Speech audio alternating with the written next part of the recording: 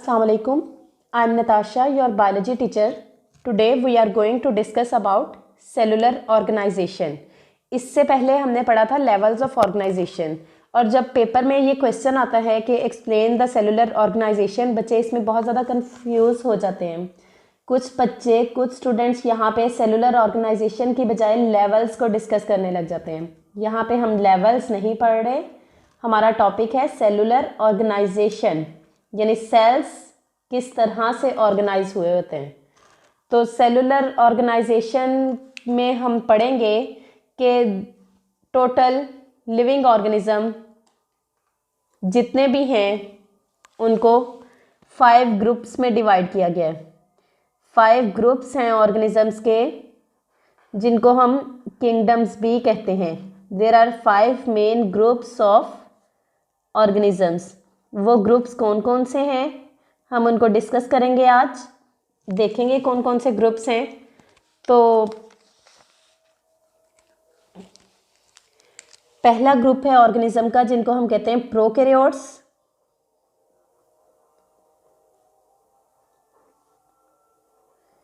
Prokaryotes वो वाले organisms हैं, जैसे हम कहते हैं कि लाइफ जो है वो आहिस्ता आहिस्ता इवॉल्व हुई है, यानी पहले सिंपलेस्ट ऑर्गेनिजम्स थे, आहिस्ता आहिस्ता उनमें मॉडिफिकेशंस हुई और कॉम्प्लेक्स ऑर्गेनिज्म बन गए।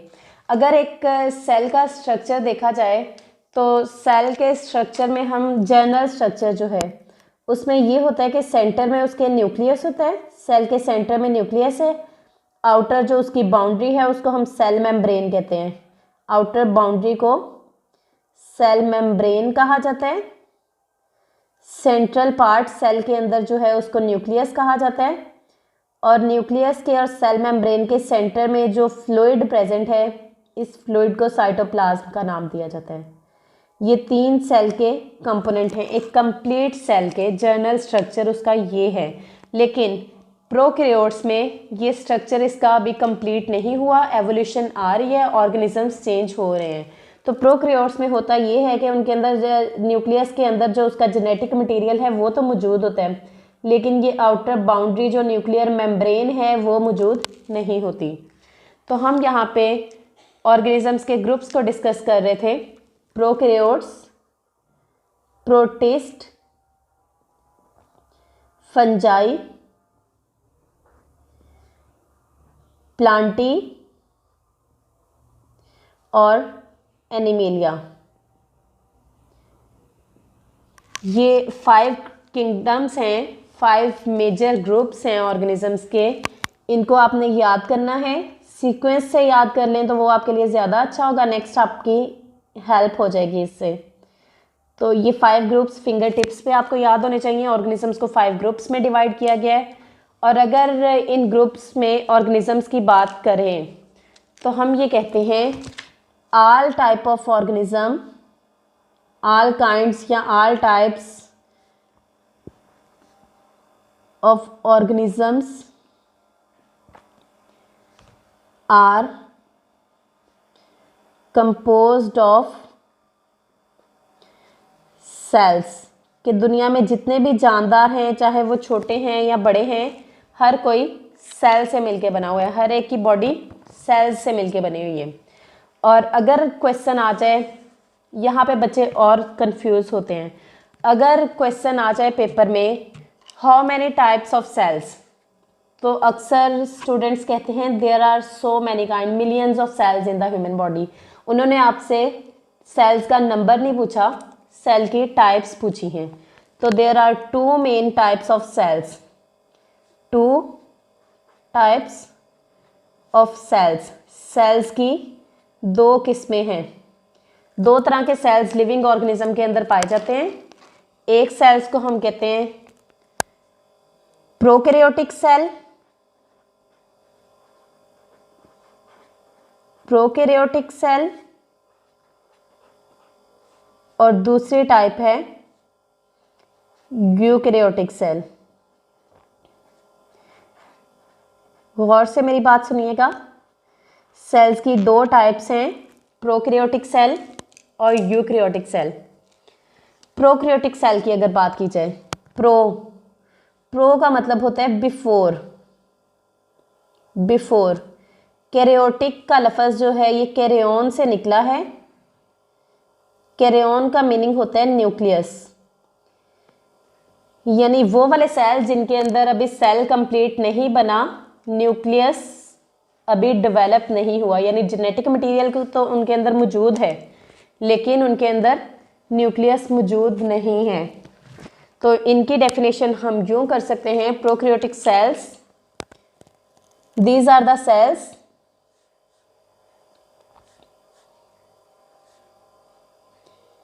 these are the cells which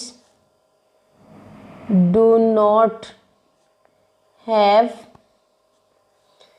complete भी यहाँ पे लिखा जा सकता है, ट्रू भी लिखा जा सकता है और प्रॉपर भी लिखा जा सकता है। These are the cells which do not have complete और true nucleus। जनरल डेफिनेशन आप ये कर सकते हो कि वो सेल्स जिनके अंदर कंप्लीट या ट्रू न्यूक्लियस नहीं होता उनको हम प्रोकैरियोटिक सेल्स कहते हैं। फॉर एग्जांपल इसमें कुछ बैक्टीरिया आ जाते हैं। उसके बाद अगर बात की जाए यूकैरियोटिक सेल्स की, तो यहाँ पे यू का मतलब होता है कंप्लीट, यू का मतलब है कंप्लीट और कैरियोन हम न्यूक्लियस को कहते हैं। तो यूकैरियोटिक सेल्स की डेफिनेशन यूँ की जा सकती है कि eukaryotic cells are the sales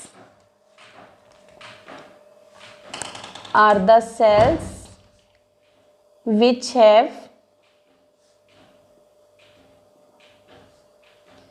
complete, true और प्रॉपर न्यूक्लियस। इसमें कोई भी सेल की एग्जांपल आप ले सकते हैं, for example plant cell, animal cell या कुछ भी, ये सब के अंदर कंप्लीट न्यूक्लियस मौजूद है। तो ये तो हो गई टाइप्स ऑफ सेल्स। और अगर नंबर ऑफ सेल्स की बात की जाए तो दो तरह के ऑर्गेनिजम्स, बल्कि नंबर ऑफ सेल्स की अगर बात की जाए कि सेल्स किस तरह से अरेंज हुए हैं और कितने सेल्स हैं बॉडी में, कितने तो हम यहाँ पे फाइंड नहीं करेंगे, लेकिन ऑर्गेनाइजेशन इनकी डिस्कस करेंगे कि कितनी तरह से ऑर्गेनाइज हुए हैं ये सेल्स हमारी बॉडी के अंदर। तो देयर आर थ्री वेज हैं जिनके ज़रिए सेल हमारी बॉडी में ऑर्गेनाइज हुए हैं। तीन तरीक़ों से सेल हमारी बॉडी में मिले हुए हैं। एक मेथड उसमें है जिसको हम कहते हैं यूनिसेलुलर ऑर्गेनाइजेशन। ध्यान से, ये लॉन्ग क्वेश्चन भी आ जाता है और शॉर्ट क्वेश्चन में भी बहुत बार पूछा जाता है। यूनिसेलुलर ऑर्गेनाइजेशन कहा जाता है तरतीब को, यानी यूनिसेलुलर ऑर्गेनाइजेशन में कैसे ऑर्गेनिजम्स पाए जाएंगे। पहले तो ये बात आपकी बुक में लिखी हुई है कि जिन ऑर्गेनिज्म के अंदर यूनिसेलुलर ऑर्गेनाइजेशन पाई जाएगी उन ऑर्गेनिजम्स को हम कहेंगे यूनिसेलुलर ऑर्गेनिजम्स। अब अगर इनकी डेफिनेशन की जाए कि यूनिसेलुलर ऑर्गेनिजम्स कौन से ऑर्गेनिजम्स होते हैं, तो यहाँ पे ये कहा जा सकता है कि unicellular organisms are the organisms, these are the organisms which are made up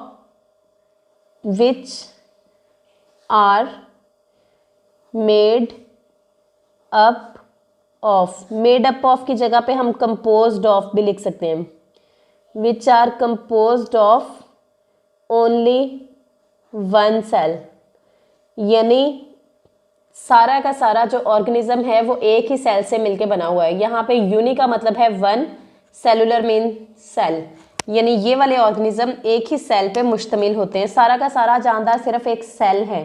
जाहिर है जब वो सारा जानदार एक सेल ही है तो सारी की सारी सेल की एक्टिविटीज़ भी तो उसी के अंदर ही होंगी, यानी जो भी काम है बॉडी ने परफॉर्म करने वो उस एक सेल ने ही परफॉर्म करने हैं।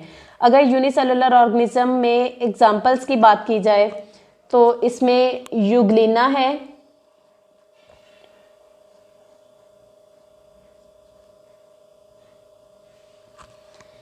इसके एग्जाम्पल में यूग्लिना है और इसके अलावा अमीबा और पैरामीशियम है।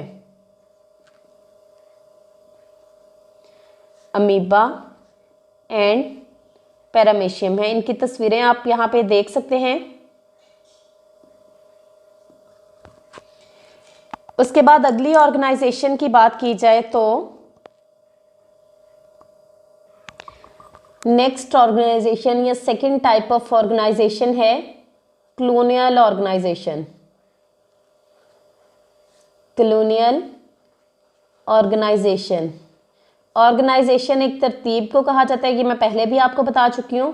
कॉलोनी, कॉलोनियल कॉलोनी से है, तो ये आपने याद इस तरह से रखना है कि जिस तरह हमारी ये डिफरेंट कॉलोनीज होती हैं, घर बने हुए होते हैं, इस कॉलोनी में बहुत सारे घर रह रहे होते हैं, बहुत सारे घर मिलके एक कॉलोनी बना रहे होते हैं, और इस कॉलोनी में हर घर जो है वो अपने अपने काम खुद करता है। कोई भी अपनी ज़रूरियात के लिए, वाइटल रिक्वायरमेंट्स के लिए दूसरों के ऊपर डिपेंड नहीं करता।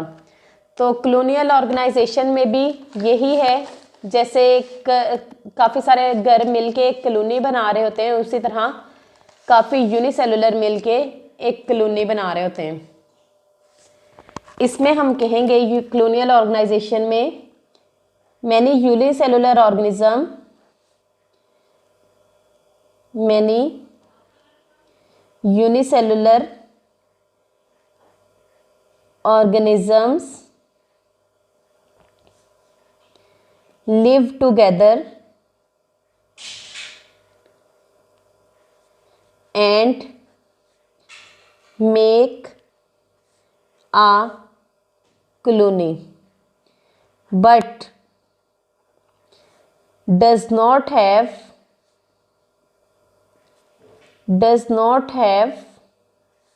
division of labor, division of labor among them। इस डेफिनेशन पे गौर कीजिएगा कि काफ़ी सारे यूनिसेलुलर ऑर्गेनिजम्स हैं, काफ़ी सारे यूनिसेलुलर ऑर्गेनिज्म हैं, मिल के वो एक जगह पे रह रहे होते हैं, इकट्ठे मिल के रह तो रहे हैं, एक कॉलोनी इन्होंने फॉर्म कर दी है, लेकिन इस कॉलोनी में डिवीजन ऑफ लेबर नहीं है। लेबर हम कहते हैं मजदूरी को, यानी हम कह सकते हैं कामों की तकसीम, यानी इस कॉलोनी में इनके दरमियान डिवीजन ऑफ लेबर नहीं पाई जाती। हर सेल जो है वो अपनी रिक्वायरमेंट खुद फुलफिल कर रहा है, कोई भी अपनी वाइटल रिक्वायरमेंट के लिए दूसरों पे डिपेंड नहीं कर रहा। Does not depend on other sales for vital requirement. Vital कहते हैं ज़रूरी रिक्वायरमेंट जो उसकी हैं, बड़ी बड़ी रिक्वायरमेंट्स। तो अपने कामों के लिए वो दूसरे सेल्स पे डिपेंड नहीं करता, अपने सारे काम वो खुद करता है। एक कॉलोनियल ऑर्गेनाइजेशन की हम बात कर रहे हैं। कॉलोनियल ऑर्गेनाइजेशन की एग्जांपल में हम बात करेंगे यूनिसेलुलर एल्गा। वॉल्वॉक्स है, वॉल्वॉक्स एक कॉलोनी है। किसकी कॉलोनी है? वॉल्वॉक्स एक ऐसी कॉलोनी है जिसमें बहुत सारे यूनिसेलुलर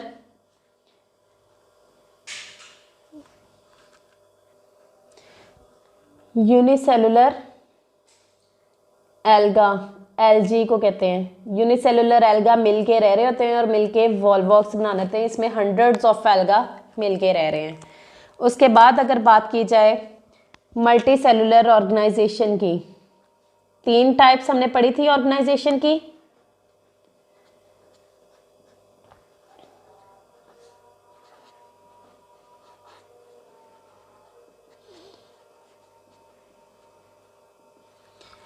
मल्टी सेलुलर ऑर्गेनाइजेशन इसके नाम से जाहिर हो रहा है। मल्टी मीन मैनी, यानी मल्टी सेलुलर ऑर्गेनाइजेशन जिनमें पाई जाएगी उन ऑर्गेनिजम्स को हम कहेंगे मल्टी सेलुलर ऑर्गेनिजम्स। तो मल्टी सेलुलर ऑर्गेनिज्म की डेफिनेशन हम यूँ कर सकते हैं, multi cellular organisms are the organisms which are composed of many cells। Many cells कहा जा सकता है, या इसकी जगह पे हम कह सकते हैं मोर देन वन सेल, यानी एक से ज़्यादा सेल्स मिलके जो ऑर्गेनिज्म बनाए उसको हम मल्टी सेलुलर ऑर्गेनिज्म कहते हैं। मल्टी सेलुलर ऑर्गेनिज्म में आप किसी भी चीज़ की एग्जांपल ले सकते हो, इसमें आप ह्यूमन कह सकते हो। आपकी बुक में 2 एग्जांपल्स मेंशन हैं, वो हैं फ्रॉग और मस्टर्ड प्लांट। तो एक से ज़्यादा सेल्स जब मिलते हैं, आप सबको पता है, हमने पहले डिस्कस कर भी लिया है, एक से ज़्यादा सेल्स मिलते हैं, मिलके वो टिश्यूज़ बनाते हैं।